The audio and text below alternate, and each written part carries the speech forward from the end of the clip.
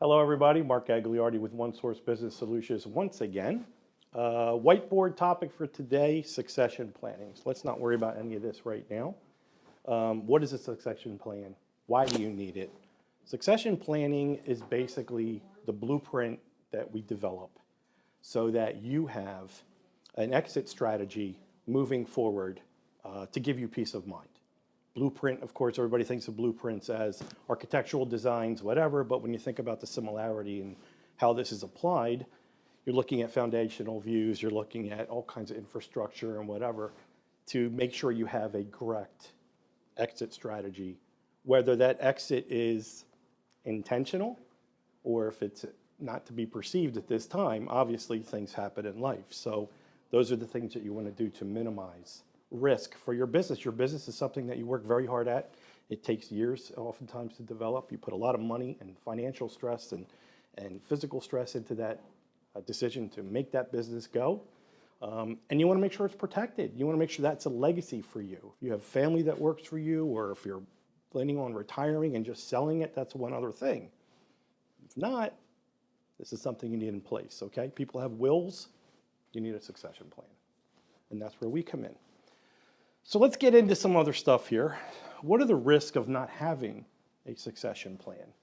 Well, obviously, if you're not poised or ready for any kind of a situation at the end, exit strategy speaking, you can put that business at financial risk. All that you've worked for and sweated for can be all for naught, basically. Could there be internal power struggles because there is no plan in place, no direction, so to speak? Are your client needs going to be met without a proper strategy involved to take care of their well-being as well? Like, you've got clients that may have been with you for years or even decades, and you want to make sure their needs are being met as well in the same fashion that they would have been accustomed to when you are in control of the business. The exodus of employees, given an unclear situation with that business. Owner passes away, owner decides to retire, whatever the situation is, owner becomes incapacitated. If there's no set direction or plan, as we say, or blueprint for moving forward, are they going to just pick up and go because it's an unclear situation for them? It puts their stability at risk as well, right? So these are things you have to look at as far as some of the risks of not even having a succession plan.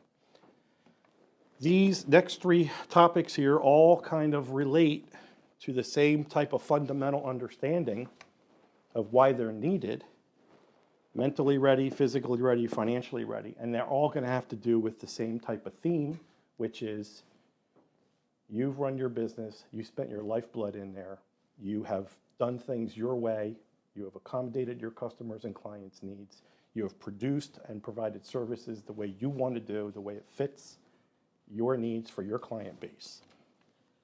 Are you going to be mentally ready to detach? Can you do it? These are big things. When we do these plans, these are hard questions that we have to ask, that we have to pose to people. Someone else taking over, is that going to give you problems? Do you have trust issues? Are you nervous about that situation? It's an inevitable part of life. Someday you are going to step away, whether, again, it's intentional or not. That will happen. Like I said, difficult conversations include death, illness, incapacitation. It's not always just retiring, okay? These are things that have to be addressed that are valid factors. And again, can you detach, right? Mentally. How about physically? It's going to be the same situation, basically. Can you detach? Physically, you're used to being there, oftentimes 14 hours a day, maybe, depending on your business. Sometimes you can get later in life and step back a little bit, but do you have other outlets for that physical expenditure that you've had for all these years running your business? Do you still have gas in the tank to enjoy your lifestyle with expectations that you've already set for that exit strategy? These are important questions and important things to ponder because they're going to very much weigh heavily on what decisions you want to make and how you want to set up your exit strategy here for your succession plan. Are you going to be financially ready? Most people think they are, but they really don't have a clue, all right? What kind of lifestyle interests do you have? Are you going to be able to sustain them or continue them when you're moving away from your business? Or if something happens in an incapacitation or, heaven forbid, death or illness, are you set up financially for your successors and heirs, your family, your employees? Are you thinking about healthcare costs moving forward? It's a big consideration. Today's day and age, healthcare is a huge percentage of our personal expenses, right? Are your heirs in position? So do you have successors in position or heirs in position to take over your business in the event of one of these events? Right? It's very easy to look at it from only one vantage point and say, hey, I'm just going to retire, I'm going to sell my business, and I'm going to Florida. Very easy to say that. Life happens. Have a plan in place. That's our job. Some other considerations. Do you have a timeline set up in the event of one of these situations? That's important. Is the timeline involving a transition? The transition being, would it be a slow transition, a methodical transition, or is it going to be something that's all at once? Okay? It's important to know. Successors. So let's say, you build a business, you got family working for you, relatives, good friends, whatever it may be. Are they going to have the skill sets necessary to run the business in the fashion, way, and form that you wanted it run when you were here or when you were involved? That's an important question, because that's going to have to do with being mentally ready as well. This is a big one too. Formalize SOP, so standards of operating procedures, right?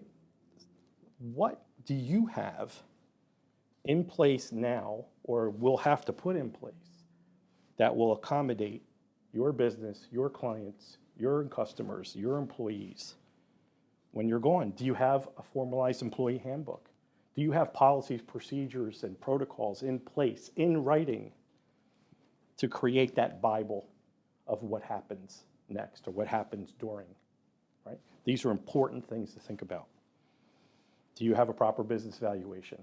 Has your business been evaluated by a third party like OneSource Business Solutions to set that baseline so you know how your estate can be resolved, or your business can be sold, or the business can be taken over, whatever transition's involved?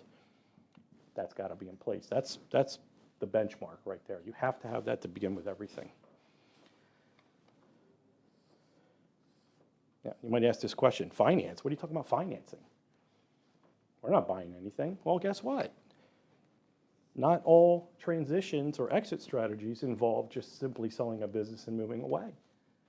It could involve an heir getting the business in a retirement situation where maybe the owner, and this is one of my colleagues pointed this out in a previous video that we did before, what if there's a transition or a gift? Right? What if you're gifting some, they're buying some? Well, how's that going to be financed? Is it something where, because it's a family deal, is the seller going to be contributing somehow, or the retiree or the exit strategy person going to be contributing? Are there going to be stocks or shares that have to be divided up? Is the purchaser going to be looking to get some kind of financing involved to be able to buy that business in the event of this situation? Lots of things. Is that purchaser going to need to tap into his own stock shares or his own investments to try and get that? Things like that, little details, if they're resolved ahead of time, can save a lot of headache and sorrow later on when this becomes, if it becomes. Additional considerations. We talked about the business only here, but guess what? How many business owners actually own their bricks, own their own real estate? That's a huge one. That's a whole separate thing altogether. That's a big thing to understand, right?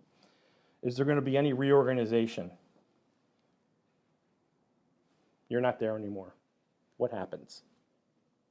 Is there going to be a reorganization? Is the company going to go status quo? What happens there? Is there one clear leader? Is there one person? If you talk about wills and estates, there's always an administrator or an executor that has final say, right? How things are distributed, how things are done. Is there going to be one clear leader that's going to be identified in that situation to take the reins to make sure that everything that's in this plan is done according to all the parameters set? Are the roles defined for the players, basically, without being disrespectful to that term? Are they going to know what they have to do? Is everybody involved? Is everybody in line? Everybody mentally ready? Is there a sales agreement already in force? Right? The more research you do, the more information you can provide for this plan, the better it makes it for everybody else, including your business and your loved ones and your associates and your employees and your clients. See how it all kind of mixes together. So if you're feeling a little overwhelmed, you can certainly understand that. That's why we're here. OneSource Business Solutions, we can do this for you. We encourage that. We recommend it. It's professional advice and industry-wide to have it done. Don't be without it. It's extremely important. Once again, Mark Agliardi from OneSource Business Solutions. Thank you so much. Have a great day.